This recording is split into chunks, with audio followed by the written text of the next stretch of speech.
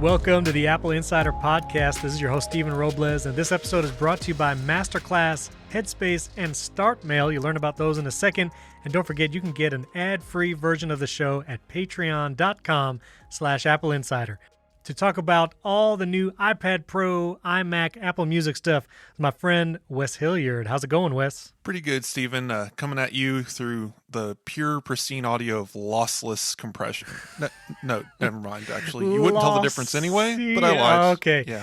You know, we are going to talk a lot about that. Music, lossless, spatial audio. Apple made those announcements earlier this week, but we have so much to get to. We're going to try and jam through as much as possible. I have my hot tea here to help my throat. Basic Apple guy, he recommended I get ready for this week's episode, so we're going to do it. We're going to try and hit all of it. First of all, as listeners are hearing this, if they listen to it on the day it comes out, provided Apple Podcasts actually releases it, I should be receiving an M1 iPad Pro and smart keyboard. Apple TV is still in the wind. I haven't gotten a delivery notification about that, but it will be coming. And so on the next episode, I'll be able to give some personal thoughts and the experience I have with it.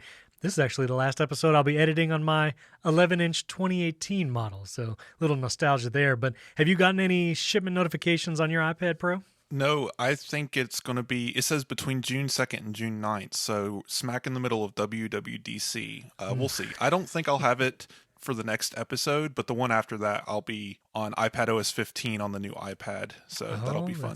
That's right. Yes, we'll have to see what comes of that. So iPad Pro reviews, the embargo lifted this past week on Wednesday.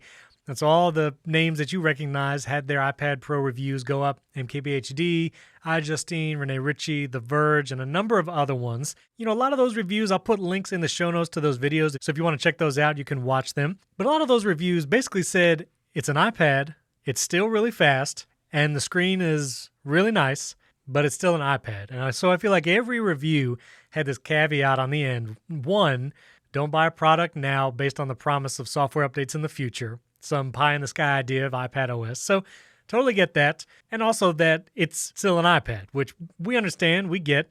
But I'm still excited about it. One, because in MKBHD's video review of the new M1 iPad Pro, he really said that he felt a difference in the RAM performance, that as he was opening multiple apps and using the task switcher to go back to apps that were open, several apps ago on his iPad Pro, it felt like every app was just sitting in RAM and nothing was having to be frozen or kicked out of RAM because it has 16 gigs of RAM. He had the terabyte version, so if you get the 1 or 2 terabyte version, it comes with those 16 gigs of RAM. So I'm excited to try out that RAM, even in multitasking with Ferrite as I edit a podcast and something else. Maybe it's Safari or even Lightroom side by side. I'm very curious to try that out, but it was nice to hear that the RAM sounded like a difference. And the screen, of course, everyone commented that the screen looks great. It's an XDR display. Many compared it to the Pro Display XDR, saying it was on par with that. Some said it was the brightest display they've really ever used. And so if you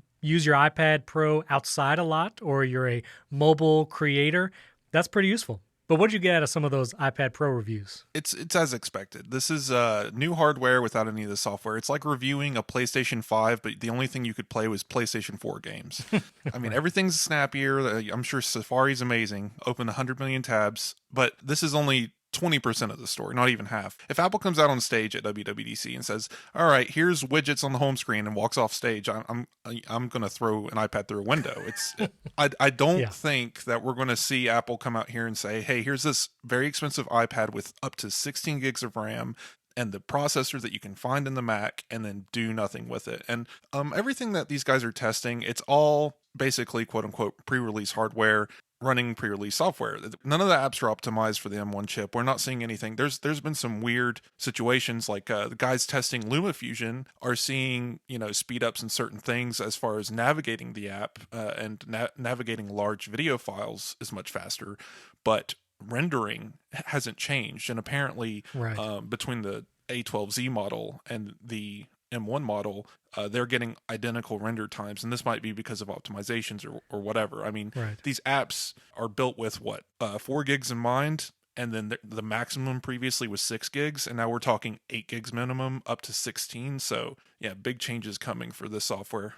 For sure. And so I'm excited still to get it. You know, a lot of pictures of the white Magic Keyboard. It seems like Apple sent every reviewer the white Magic Keyboard to try out because it's a new color. I totally get it. And I'm excited to get mine. Mine shipped as we record just Thursday. Like I just got the shipment notification, but it says it's still coming tomorrow, being Friday, with the iPad. So I'll be able to get them together. So excited for that. But it does look pretty cool in pictures and some of the videos. And the big controversy that the old 12.9-inch Magic Keyboard would not fit the new model, that is now a thing of the past. You can definitely use the old 12.9-inch Magic Keyboard for the iPad Pro with the new model. It is a millimeter thicker, the new 12.9-inch. You can see pictures and videos where it's slightly like bent out. I mean, it is so slight. I mean, you really have to look very closely to see that millimeter difference in the iPad and Magic Keyboard. But you can use it. It works fine. All the video reviews said the same thing. Jason A10 had a written review as well. So if you have an old 12.9-inch Magic Keyboard but want to get the new iPad, you can still use that old Magic Keyboard. Yeah, I never thought this was going to be that big of an issue. For me personally, like if you hold these up side by side, if or splice it together in Photoshop or something so you can see what this looks like in each case, you can tell that there's a difference. There's absolutely a little bit of a closure difference. I wouldn't be too picky about it, but I already have the new Magic Keyboard, so I think I'm just going to keep it. Selling an old iPad to somebody will be much easier when I can say, hey, you also get this, very expensive keyboard included at my discounted price. Right. It's just one of those things where I'm not going to be too picky about it. I like that it fits the old one, but also I'm enough of a purist that I would want the proper Magic Keyboard with the iPad. I think this is just Apple, again, avoiding some person with some calipers saying, look, it doesn't actually fit this, outer edge of the iPad sticking out ever so slightly. And they were getting ahead of Thickergate. That's all it was. Yeah. You gave me that term. Thickergate. We'll talk about the iPad Pro more once we have it in hand for sure, but links in the show notes to those reviews. Also, if you're listening in Apple Podcast and if they haven't fixed the ability to actually click links in the app, you can go to appleinsider.com/podcast and all the links are there in the article for you. In addition to the iPad Pro embargo being lifted, the M1 iMac, the new 24-inch model, redesigned, that embargo lifted this past Tuesday. What's difficult about all these computers is they're all the same computer. Everything is the M1 now. You got the iPad Pro, iMac, Mac Mini, MacBook Air, MacBook Pro. Everything is the M1 right now. So as far as performance and specs and all that, we've already talked about the M1. It's an amazing chip. It's really fast. It's great. So it's really more a story about the hardware design and the hardware features of these new iMacs. And the big thing that people were talking about as they were announced was that white bezel. And I thought, MKBHD, he does a great job at all this stuff, but as he was reviewing the colored iMac, he filmed it in a room with white walls and made the point that a lot of offices, maybe even homes, probably have light-colored walls. Not many places have walls that are dark gray or black, especially where you're putting in this computer. If you have an office that might be dark. But in the common areas where you would have this consumer-level iMac, whether it's a family room, the white bezel does blend away into the background when it's against a lighter-colored wall. And he had a couple camera shots really showing how it just kind of fades away. And so totally get it. It's probably not a big deal. Even if you don't seem crazy about the white bezel, it will probably just kind of melt away into the background. But as far as the design, they look cool. They're fun colors. Justine unboxed like every single color. So if you want to see a video with every of the 7 iMac colors, you can watch her video. But it looks cool. It looks like a fun computer. It's a fun redesign. All the braided cables and color-matched accessories are really nice. And so it's a great entry-level M1 iMac if you're in the market for an all-in-one. Pretty much what I expected. Everyone wanted to comment on the colors and the white bezels, and it's like you said, everybody has, these, generally speaking, these brighter living rooms and stuff, so these bright colors might stand out, especially. Makes you think, though, how many places are you going to actually have these things set up so you can see the front and the back? Right. Most of the time, you might have this tucked into a corner or against the wall, so all the new bright, rich colors are kind of wasted on that. For me, I live in this dingy brown house with wood paneling everywhere. So I can't take advantage of the bright colors. I have to wait for the space gray versions to come out so I can just live in darkness, right? But Okay, very good. I just think it's a good sign of like what's coming. I'm excited to see like what the MacBook Airs and everything look like with this design. Right. I'm really hoping that we get to see the peripherals for sale separately as well. A lot of weird things have come out about these iMacs since the reviews started dropping. Like apparently Andrew tried to get a trackpad with his iMac and you had to select it at checkout, but you can only exchange the trackpad or mouse. You can't get Right, both. And right. Apple's being very weird about this. So I'm wondering what the accessory story is here. And Apple did say that Magic Keyboard with Touch ID built in, this new colored model, will work with any M1 Mac. So if you wanted to get it for the M1 Mac Mini, or even get it because you use your M1 MacBook Pro in clamshell mode, maybe in bridge vertical dock, that it would work with other M1s. So surely these will be sold separately. This is also on the heels of Apple discontinuing the space gray accessories, which I thought was an interesting move. They're just saying, no more gray, no more space gray, gonna go all white in color. So surely they'll be sold separately eventually, but it's weird that you can't get it right away for sure. What do you think about the rumors about how Apple's going to release everything ever rumored at WWDC? I mean, everyone's really wanting there to be the Pro iMacs or maybe a Mac Pro in miniature. It just everybody's in. Once again, it seems like every time we're upcoming to an Apple event, it's just everything's coming out, guys. Get ready for it. I don't think we're going to see any hardware at this event. So John Gruber commented that so many announcements that Apple has released in the past week, and we'll touch on some of these later in the episode, but even like the accessibility features that Apple added, which are amazing features, huge news for the people who use those features, that really felt like it could have been a WWDC announcement. It is a software thing. These new accessibility features, even the Apple Music, which we'll talk about in a second, the Lossless and Spatial Audio, those are software features. And WWDC is where Apple talks about their software features. Yeah, if you saw me on Twitter, I was very adamant. I said, why would Apple announce something like Apple Music software editions a week, 2 weeks before WWDC? It just doesn't make sense for the company. But I guess unless there's just a lot to talk about, this event seems like it's going to be jam-packed. Right. And even if they just talk about iOS, iPadOS, tvOS, watchOS, what is it, like home? Well, they're not going to talk about HomePod. They just continue that, but they're going to talk about all these things. So it does seem like it's going to be jam-packed, and they're trying to get some of these other software features announced and out to save time on WWDC. I think there will be some hardware announcement. I don't think it's going to be a lot of things. I don't think it's going to be several computers, but because it's the developer conference and developers are one of the major use cases for pro machines, I could see Apple either announcing the larger iMac model or maybe that redesigned 14-inch and 16-inch MacBook Pros with the more powerful M chip. But there was a rumor, and we could just touch on it now, that the 14 and 16-inch will be coming soon, could support up to 64 gigabytes of RAM. And this report was from Bloomberg talking about all the things that will be coming. I'll put a link in show notes to that. But I think we'll see something. We'll see some hardware announcement, but not a lot. I think we're a ways off from the redesigned MacBook Air that John Prosser leaked, and definitely away from the Mac Pro, because we haven't gotten anything close to that kind of powerful computer in the lineup. Right. Well, we'll save our predictions for the next show I'm on, because that's the Thursday before WWDC. But yes. I'll go ahead and say, though, that I believe that since last year, Apple ended the conference keynote with information about their move to Apple Silicon. They didn't announce the M1 processor, but they talked about the advancements they had made to get there. I believe that this would be the perfect opportunity to step on stage and say, this is what a Pro M-series processor looks like, and that they may not drop a name. Maybe we'll finally get to hear about this 30-core monster that people keep trying to tease us with. So whatever it is, M1X, M2, I think Apple is ready to give us something, and maybe not a Mac Pro or Pro hardware, but I think we'll hear the chipset story at the very least. Yeah, that's a good point. Well, we'll put the links to all the iMac reviews in show notes. You can check those out. Let us know if you watched them. Let us know if you got one. I'd be curious if anybody out there got one of these new iMacs, what color you got. One other thing I will say, I agree with MKBHD where he said, make the iMac a few millimeters thicker and get rid of the chin.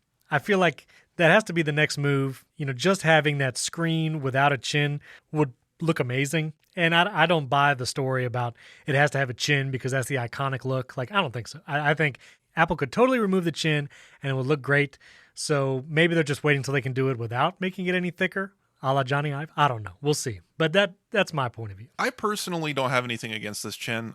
Just like with the notch, once you're sitting in front of a screen and staring at it, you're not looking at what's around the screen. You're looking at the screen itself. So This is true. looking at the desk or whatever from afar and saying, wow, that's a pretty desk setup, I love it, but you might notice there's a chin on that monitor, but otherwise I don't think anyone's going to notice. It's just another weird little picky thing. And while I agree a full screen monitor would make sense, I think this isn't so much the iconic chin thing, but I do think it might be a visual differentiator from other models, because we still haven't seen the Pro iMac, and maybe that is the iMac with the Pro Display XDR style design that we've heard rumored before, where it's just maybe it's a iMac 6K with that crazy looking cheese grater design on the back of it. Who knows? Yeah. I think this isn't the full design story, and maybe once we see those Pro iMacs, the design of the consumer iMac might make a little more sense.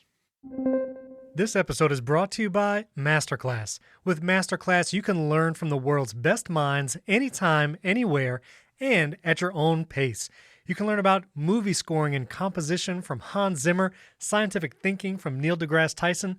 You can learn cooking from Gordon Ramsay, and you can even learn about adventure photography from Jimmy Chin. We've been talking about music on this episode of the Apple Insider podcast, and that's why I loved the course that I did with Hans Zimmer, learning about movie and film composition. You can see his in-home studio. It has beautiful cinematography, and he talks about melodies and how they're attached to characters and themes.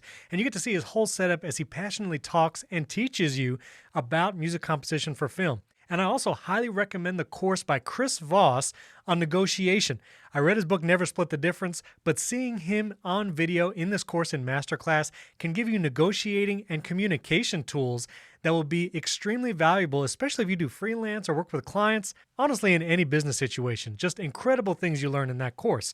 You can also watch Masterclass wherever you are. You can watch on your iPhone, your iPad, apps on Apple TV, or just watch on the web. I like starting on my iPhone, and lessons are only about 15 to 20 minutes long, so you can do one on a lunch break. And if you're on your phone, you could flip it to audio-only mode and then listen to it like it's a podcast.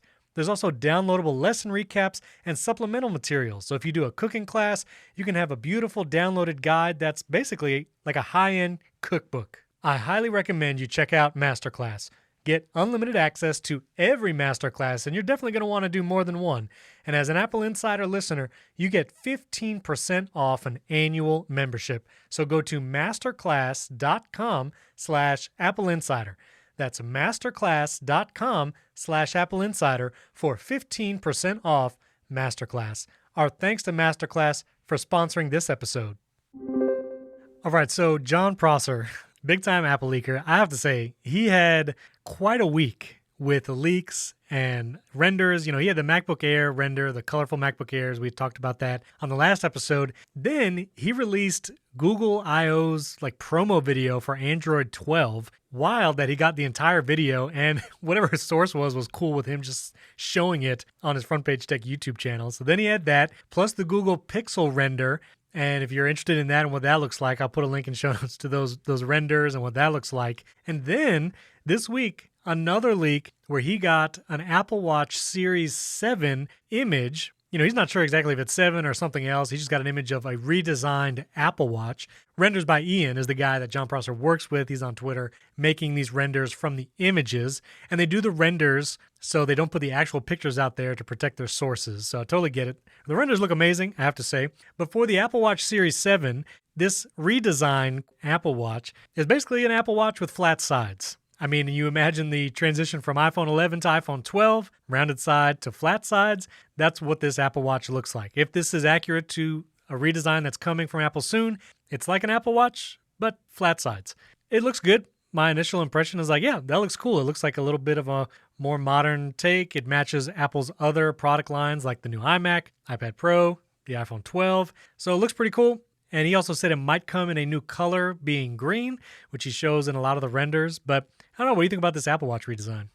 It's interesting. It moves a little bit away from classic watch design to more of a very techie, geeky look. Because right now when I look at my Apple Watch, I see I mean, it's obviously a piece of technology, but at the same time, there's the rounded corners. There's still a physical instrument attached to it that looks sort of like a watch. But looking at this guy, looking straight on, it's a screen. It is a full display on the side of your arm. And now we're getting into just having a display on your wrist and nothing else. I mean, maybe eventually we'll get into that Futurama position of having just a thing on your arm you poke at, but it looks different. It looks very techy to me. That alone makes me a little bit iffy on this render. I'm sure the source is great or whatever, but think about it. Apple has said that they're fashion forward. They're going to be very conscious of what people are going to put on their body. And here we have what's essentially now the flat-sided iPhone on your wrist. And I guess before it was the curved-sided iPhone on your wrist. It's just, Right. We're moving away from that fashion aspect, I believe. I would like to hear from maybe more picky people who actually care about a design and how this looks. And Yeah. there's something else about it too. It does just look very square and flat, even to the edge that is resting on your wrist. I mean, what's the difference between what we have now, which is kind of a rounded glass surface resting on the wrist, versus what looks like almost a flat pancake sitting on your arm? So Right. obviously it's just renders. They don't have the full picture, but it does make me kind of question where we're going and what we might see in the future, because now we're so close to a circle. Why doesn't Apple just make a circular watch as well? Yeah, and John Prosser, one of the other leaks he had was the upcoming Pixel watch or the next, Google watch, and it was a round circle face. I've heard from watch enthusiasts, John Gruber being one, and other people that, a piece of technology like an Apple Watch is not going to resemble a mechanical watch on a variety of levels for a long, long time, if ever. And so when they wear an Apple Watch, they tend to lean towards, let me just treat this like a computer on my wrist rather than an analog watch, to the point of not liking analog watch faces with the hands because it's trying to mimic something and it's not good at mimicking it. And they lean more towards the digital. So I would be curious about watch aficionados, but they might be leaning more into the techie side because maybe most of the people wearing Apple Watches are not watch aficionados. I know I did not wear a watch prior to the Apple Watch. Not something I did. I had my phone. I look at the time. And so for me, I don't have an appreciation for mechanical watches. I mean, I appreciate them from a craftsmanship standpoint, and some of them look very cool. But for most people, maybe the tech angle is the way to go. It does look like there's less bezels because of this design. Because the edges are flat, if you look at it straight on, which you as the user of the Apple Watch is how you use it most of the time or how you view it, it would limit the amount of bezels, because right now you have that rounded, you see the metal, titanium, aluminum, or steel, whatever it is, around the edges because it's round and not flat. So it does look a little bit less bezel-y in this design. But we'll put the picture in show notes and in the chapter art so you can check it out and let us know what you think. I'll make one last note here and say that maybe the fashion move was smart at the beginning when when Apple was just trying to get this thing on as many wrists as possible. But now Apple is essentially the smartwatch market. I mean,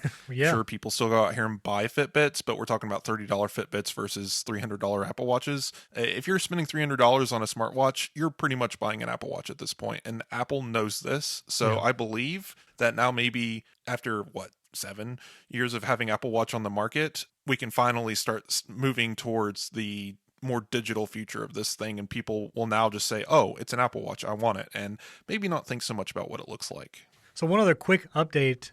After Apple released the release candidate for iOS 14.6, and they've gone to calling the Gold Master editions of iOS and iPadOS updates release candidates, or RCs. So if you're wondering what that language is, it used to be, the industry term of Golden Master release of a software, meaning if you download this, it's technically beta, but it's actually going to be the same thing we release to the public. Apple is now calling it the release candidate. So iOS 14.6 is in release candidate phase, and so should be coming very soon. Looks like early June. It might be one of those at the June 7th WWDC keynote. Apple just says, iOS 14.6 available today, and that will bring Apple Card family sharing to the iPhone in 14.6. Most likely podcast subscriptions and channels will be coming in 14.6, hopefully a fix to the app overall, and the new Apple Lossless Spatial Audio stuff, which we'll talk about in a moment. But after announcing that earlier in the week, then Apple released betas of iOS 14.7. And as far as I know, this is the second time ever that Apple has gone up to a 7 in the point releases.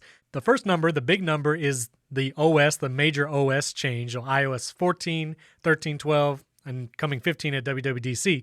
And then the point something are those in-the-year updates or mid-year updates. So there is apparently going to be an iOS 14.7. Now, we don't have a lot of details about what is going to be new in that iOS version, but one thing, this is very minor, but some people might love this, and I'm actually encouraged that this is going to be part of it, is you will actually be able to manually set and adjust timers on your HomePods in the Home app come iOS 14.7. Now, that might not sound like anything interesting to you all, but for me, my kids yelling at HomePods to try to set timers is an effort in futility, and they just get confused and the wrong HomePod hears it, and then they don't know when the timer goes off. So actually being able to set timers manually via the Home app for a HomePod is pretty cool. So I'm glad that's coming, and we'll see what other details come from iOS 14.7 in the future. It's very curious because it point update like this kind of says that there's going to be some sort of major feature associated with it. And if Apple Music and podcast payments are all a part of 14.6, that means there's something big probably coming for 14.7 that we don't even know about. And Right. if the timeline's correct, as I understand it, Apple promised paid podcasts by the end of this month, May. 14.6 will be out any day now before the end of the Right. month. That's going to include the Apple Music stuff, which is due in June. So there's probably going to be a switch Apple flips server side to enable that feature once everyone's on 14.6. .7, that's going to be after WWDC. So I would expect maybe we'll see some features coming from WWDC announced there and then released Right. a couple weeks later. So definitely something to keep an eye on. Yeah. It's funny though to think about because now, say like with the timers for HomePod, now we know, well, there's probably not going to be a timer change for between iOS 14 and iOS 15 now because Right. everyone wants timer handoff, so to speak, so you can start a timer on your iPhone and stop it on your HomePod and back and forth kind of thing. But obviously that's not going to happen. We just get timer settings and HomeKit. Great. And hopefully just more bug fixes overall, especially, I'll just say it again, the Apple Podcasts app, please. Marco Arment, who makes Overcast, he actually gave me some information and went back and forth via email for the article I wrote about why Apple Podcasts is broken. But every week I see that ATP podcast just come up like it's supposed to, and I'm like, man, how come they don't have any issues and we have all these issues? Yeah, did you see they recently released 91 episodes? That was pretty good on them. Very productive. And then, in some move of providence, I felt justified that, okay, if the ATP guys have an issue with Apple Podcasts, I'm just glad we are not the only ones here at AppleInsider. And it's been sometimes better-ish. The last couple of episodes, some people have said, I got it on time, or I got it on the day, or at least I got it in the first 24 hours. But the ATP guys, they couldn't access their podcasts and Podcast Connect for a few days. And then, I got the notification about ATP has 91 new episodes. It's like, okay, it's not just us. So I'm just glad it's not anything I'm doing. So listeners, Apple Podcasts is really broken right now. Maybe you can hear this.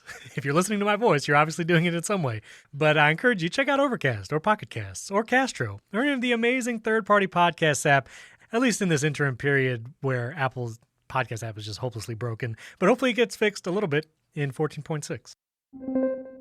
This episode is brought to you by Headspace. If people keep telling you you should try mindfulness and meditation and you just feel like you don't have the time, let me encourage you. I highly recommend you check out Headspace. Headspace is your daily dose of mindfulness in the form of guided meditations in an easy-to-use app. Headspace is one of the only meditation apps advancing the field of mindfulness and meditation through clinically validated research.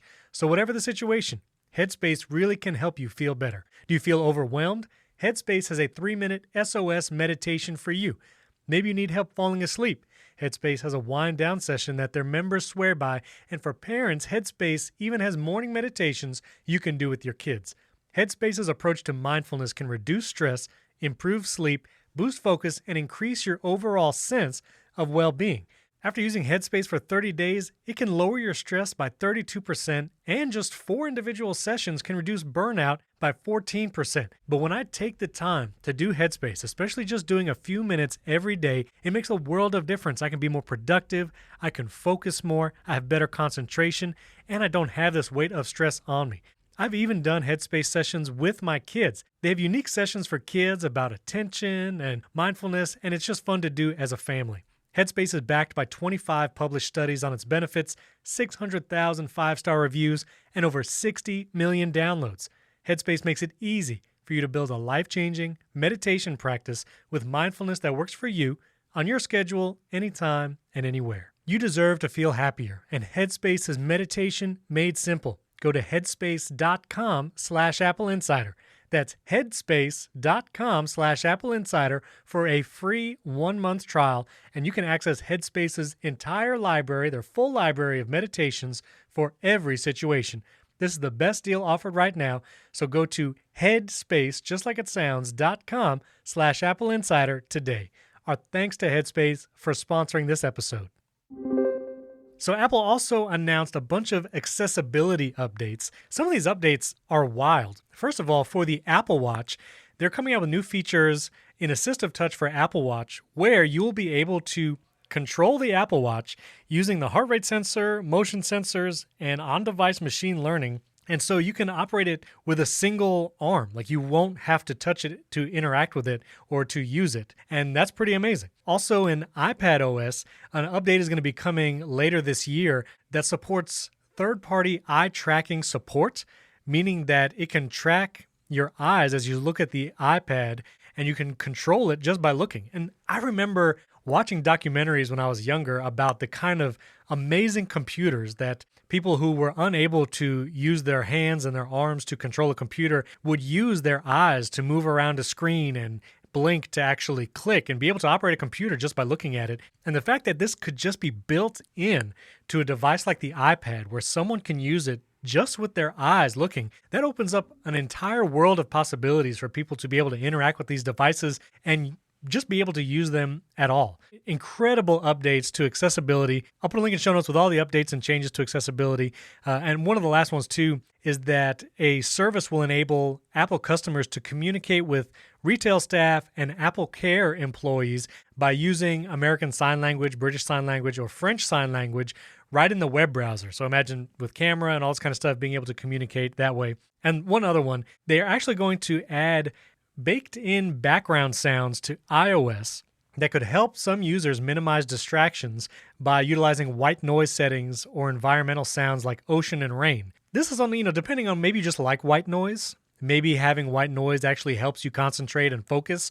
And there's lots of apps out there to do it, but some of them are kind of janky and, depending on how much they cost or in-app purchase or subscription. And some of them are great. Endel is one that has like kind of atmospheric music and, you can get night sounds. But the fact that Apple is actually baking that into iOS, I'm very curious how that's going to work and function. And that might be something that I use just as I work. So I don't know, really cool stuff. Yeah, it looks like you can play some noise while listening to other audio, which is really interesting. So like you'll be able to just have white noise or ocean sounds playing while you have music on. Wow. I wonder how the mixing is going to work on that and how that'll sound, but it's pretty interesting. Yeah, it's pretty cool. I think the most interesting technology out of all of these, iPad getting more peripheral support, that's awesome. Obviously, we have a USB-C port. Let's use it. Right. The most interesting thing here is Apple Watch. Just everything they did there is just a technological achievement. It's insane. Yeah. The heart rate sensor is tracking tendons under your skin to see if you're pinching your fingers. It's wild. I'm very excited about this because not only is it amazing for accessibility, it's amazing for technology in general because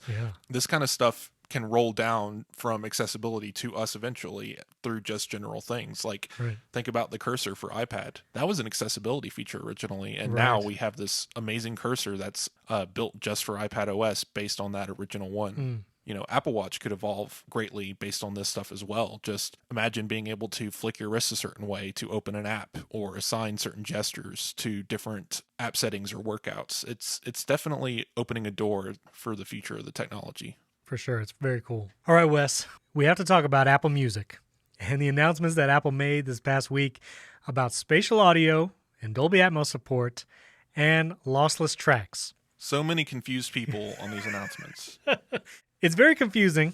And then also what devices support which thing. And so I think it's helpful to distinguish these basically two different things that Apple announced. Honestly, there's 4 separate features here. If you wanted to get technical. How would you break it down in 4 different ones? I would say lossless, high res, Dolby Atmos, and spatial audio. They are 4 different things. And the problem is everyone keeps trying to say lossless and high res in one sentence and spatial audio and Dolby Atmos in another sentence. And that gets cloudy because then you have to specify which is supported where. And it's crazy. It's absolute madness. Just makes things so much easier if you just talk about it one at a time here. Just to simplify things, Dolby Atmos is a surround sound technology that is used by like movies and TV shows to simulate a 3D audio environment. In February, they added the ability for musicians to simulate 3D audio using music and musical instruments. And Apple is adding support for that with this update. Now, to confuse things further, Apple decided to lump the terms together by calling it spatial audio with Dolby Atmos, which is very annoying because you can listen to things with Dolby Atmos through equipment that is compatible with Dolby Atmos. So iPhone and iPad, the newest ones, have Dolby Atmos support through their speakers. And then you can connect headphones and speakers. That works on anything that is running Apple Music, basically, through equipment that supports Dolby Atmos, including Android, technically, once it gets an update. At launch, apparently, Android does not get Dolby Atmos support.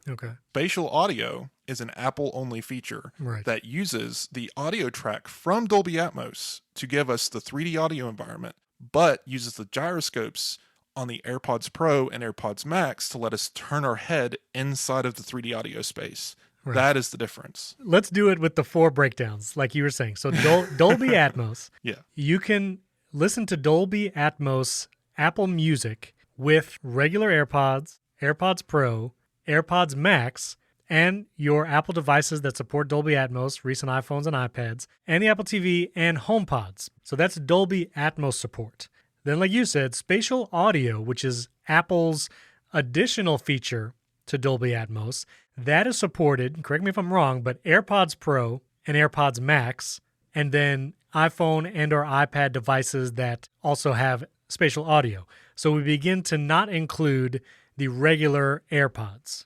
Yes, right. You have to pair the AirPods Pro or AirPods Max to an iPhone or an iPad, and that is it for spatial audio. Spatial audio is also coming to HomePod and HomePod Mini. Is that correct? Dolby.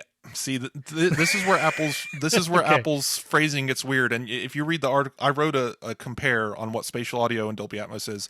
And mention Apple needs to clarify some things. It's a mess. It seems that they are bringing Dolby Atmos support to the HomePods, but spatial audio doesn't actually make sense because it's not tracking your head. The audio is fixed to the HomePods in that environment. So technically speaking, you wouldn't it would just be regular Dolby Atmos, and then you're physically moving your body through the environment. I guess you could call it spatial audio, but I think that's cheating a little bit. Got it. The HomePod thing is the only exception I could find that there's no rule to yet. Apple hasn't clarified. Okay.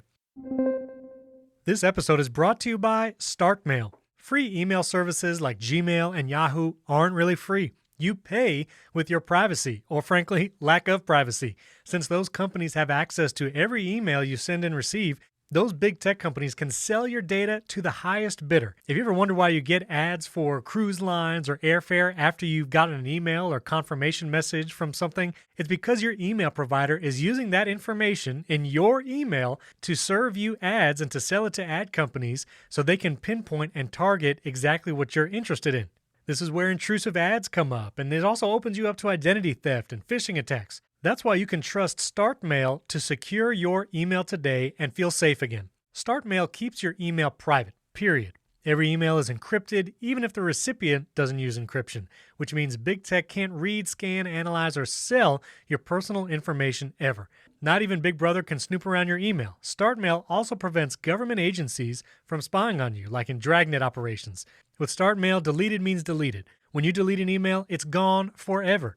And StartMail uses their own servers, not Amazon's, which means they can't be put out of business like Parler was. If you remember that, Amazon shut them down and Parler couldn't do anything. But that won't happen to StartMail because they use their own servers, and they're backed by the most stringent privacy laws in the world. You get unlimited anonymous aliases, and this feature, if you want to sign up for something or give your email to a company, but you don't want to give your actual email address, you can create an alias, something that's not your actual email address, but it comes to your inbox, and if something happens where you want to delete that alias, stop getting email from whatever company that you signed up with, you can do that with StartMail. When I signed up for Start Mail, it was a super easy process. It has a beautiful user interface on the web, and they have a great app. Plus, you can just use it with the built-in app on iOS and iPad on Mac using iMac protocol. It's super easy to set up, and I also value my privacy, and that's why I enjoy using Start Mail, knowing that my email is private and not being seen by tons of other companies and that data being sold everywhere. And I know my data is not being sold anywhere. Advertising companies may be after your data, but you can be empowered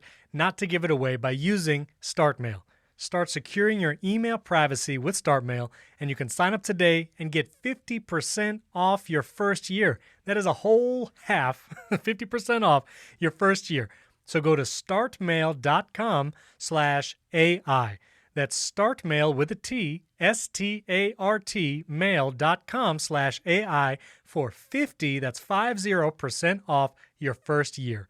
Startmail.com/AI. Our thanks to StartMail for sponsoring this episode. So that's Dolby Atmos and spatial audio. Most people will probably be able to tell some difference, even if you don't tell a quality difference.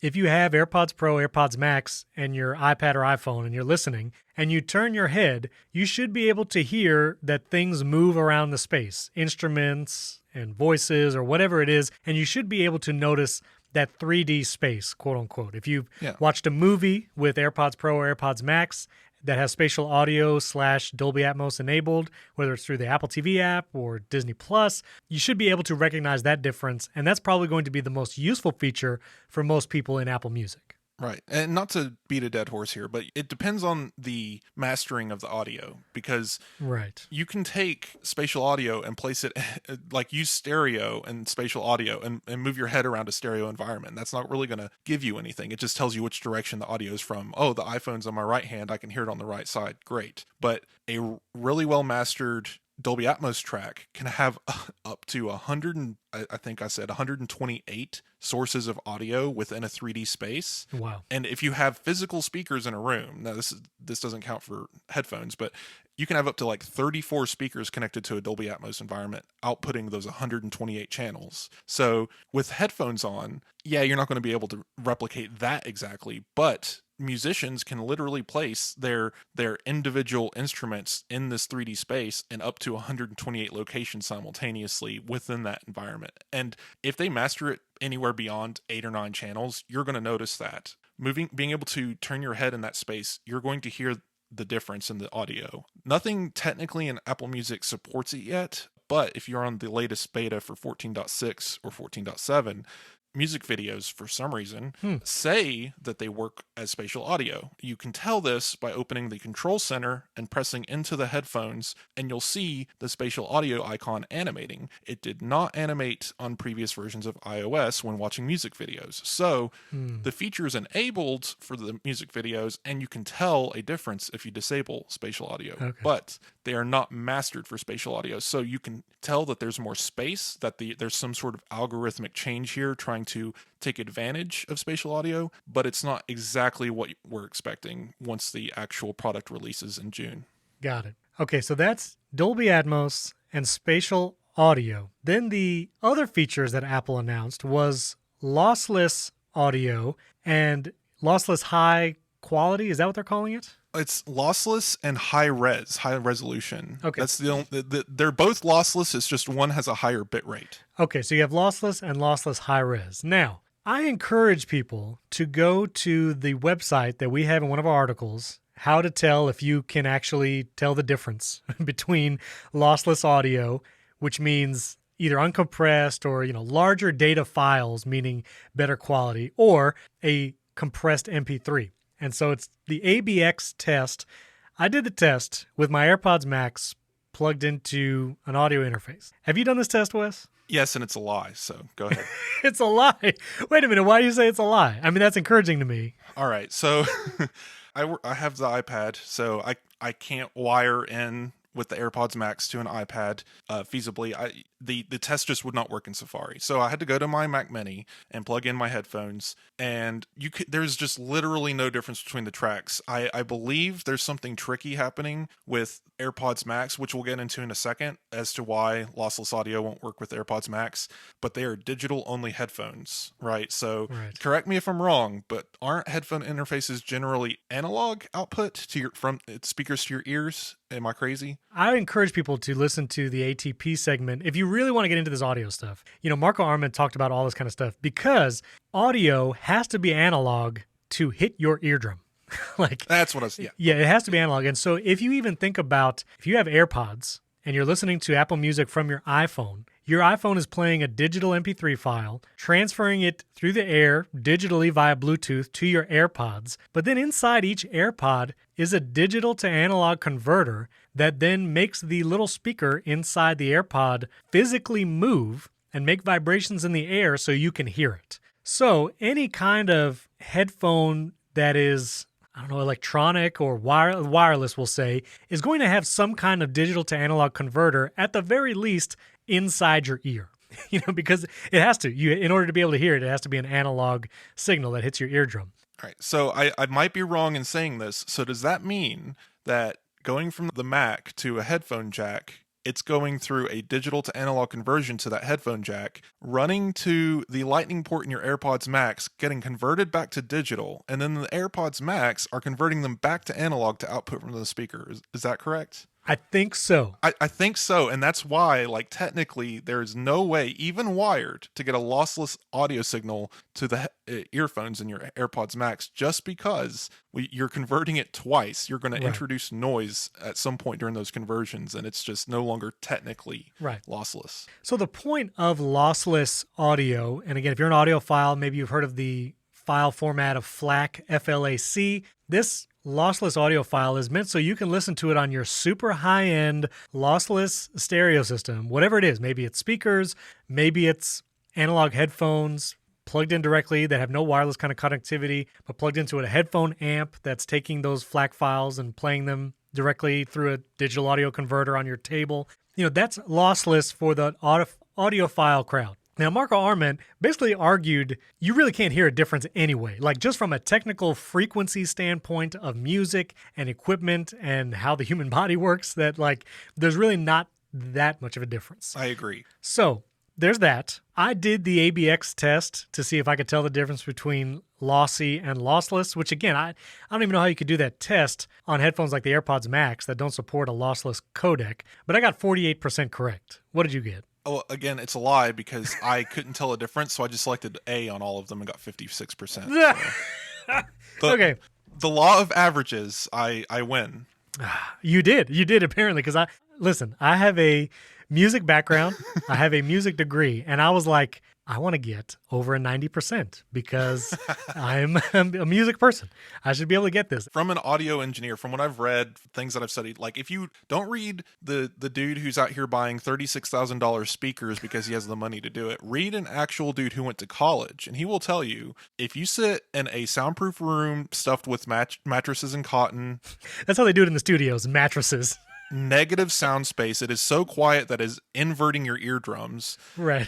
And then put on a set of headphones and listen to a lossless track, you might be able to ascertain the difference between the two. Right. But even just the general room noise around you is introducing just enough noise that you can't tell the difference between something because the idea of lossless is that it is able to reach your ears as if you're hearing it from the instrument itself. But it's just mind-boggling to me. The science here says that you can't hear it, but audiophiles will tell you different. So choose what you want to believe, I guess. So from the audiophile side, let's say there is some difference that some small percentage of people can tell. Apple is going to have lossless available to the Apple Music catalog, but in order to listen to the lossless tracks as one would want, you will need a digital audio converter, so something that connects to a USB port on your Mac that goes to some kind of audio interface. That's for high-res lossless specifically. Right, for high-res lossless. Lossless will work over a standard headphone jack wire. Right, it's the high-res lossless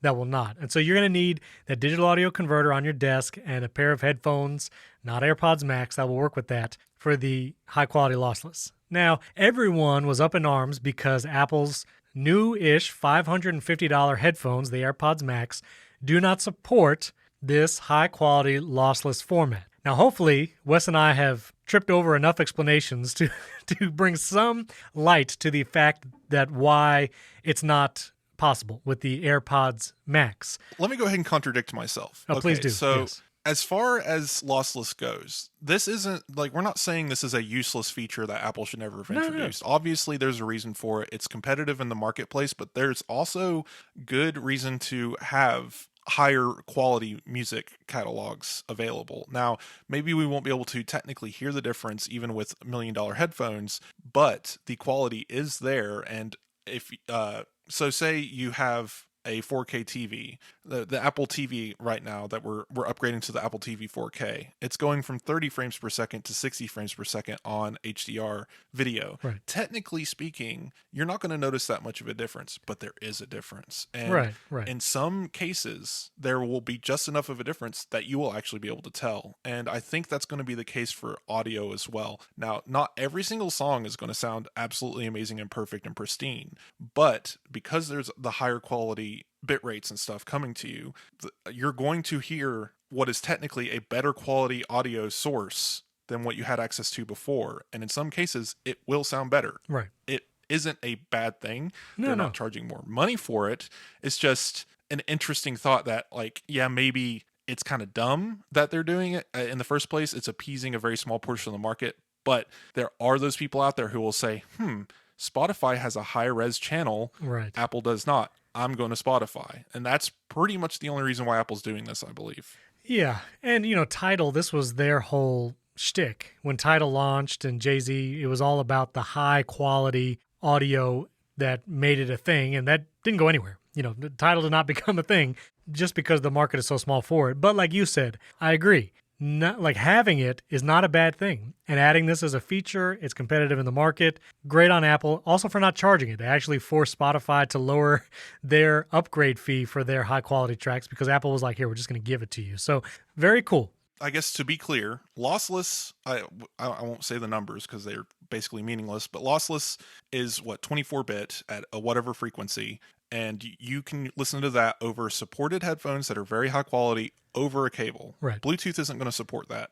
Lossless high res, you're going to need a DAC, a digital audio converter. Right. And you're going to basically connect that between your headphones and the computer and hear an even higher quality audio file, technically. Right. If you're ready to get into it, there's also a rumor from John Prosser that says that Apple's actually working on changing how AirPods and receive audio and maybe changing codecs in order to get higher resolution audio over Bluetooth, which again, technically isn't lossless, but will be higher quality overall. Right. And so to that end, Spidey Sam on Twitter actually tweeted me this link to a device called a FiiO. It's FIIO. And it is a hi-fi Bluetooth amp that supports LDAC and lossless Bluetooth codecs to send those digital high-quality lossless music files to Bluetooth headphones. This would not work for Apple Music and AirPods Max because Apple has their own codec for this lossless high quality, which is ALAC, Apple's lossless audio codec. So this specific device won't work for it, but the fact that there is a device out there that claims at least to do something like this, where you can get LDAC over Bluetooth, I think it lends credence to this rumor from Prosser that says maybe at WWDC, maybe later this year, that Apple will announce some kind of proprietary codec. Maybe it's because something with the H1 chip that Apple is putting in all the AirPods, or is it W1? It's H1 in the AirPods Max. It's H1 and W1. W1's in the original AirPods, I believe. That's right. The W1 is used in the Beats products as well. Right, that's right. If that rumor is true, great. That'd be awesome. It would bring more value to the AirPods Max that people already have. But I'm also not banking on that. Like, that's not a deal breaker for me. Prosser specifically, and this is where it gets a little iffy.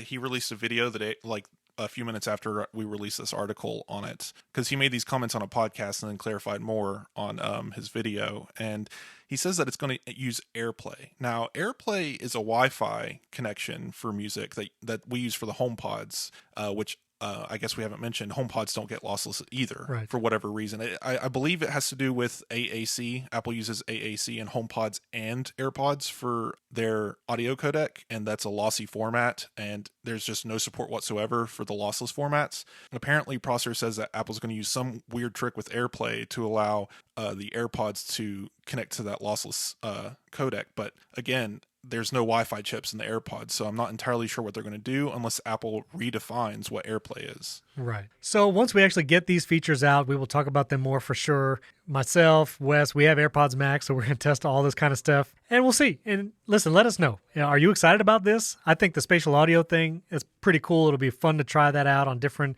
music tracks. Again, being a classical music guy, I think orchestra type tracks, if music producers can support that kind of spatial audio features with orchestra and other types of music, it'll be really cool. We'll see. Let us know if you're an audiophile out there and you're just steaming mad right now because we got something wrong.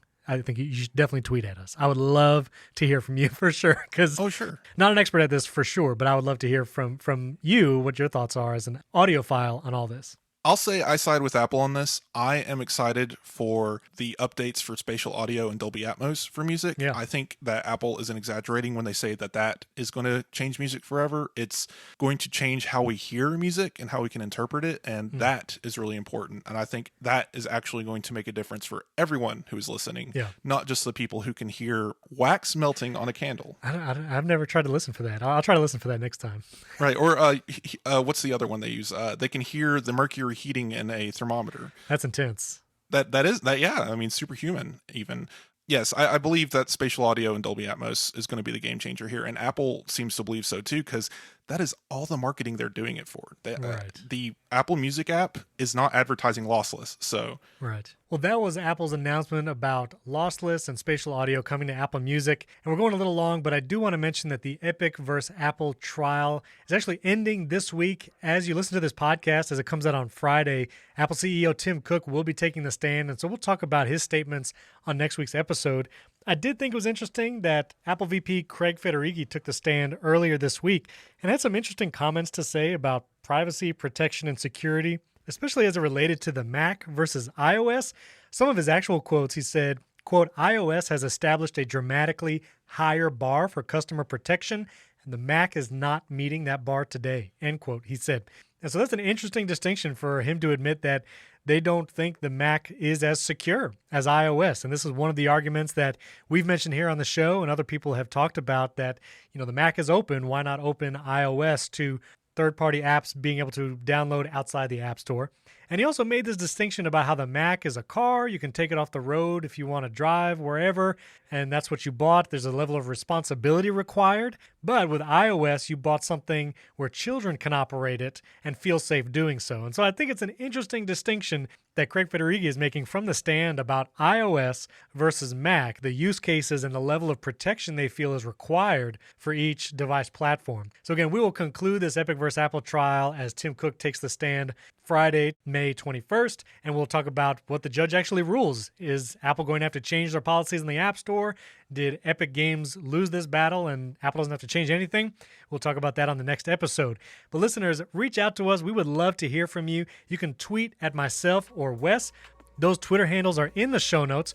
Also, don't forget, you can get an ad-free version of the show at patreon.com/AppleInsider. You can support the show there. And you can also support the show by giving us a 5-star rating and review in Apple Podcasts. That helps us get discovered by more people looking for technology and Apple news like yourself. Also, don't forget to check out the HomeKit Insider podcast that gets released every Monday, talking about smart home and HomeKit devices. And Apple Insider Daily, you can get the top Apple news headlines in just a few minutes. Thanks for tuning in. We'll catch you next time.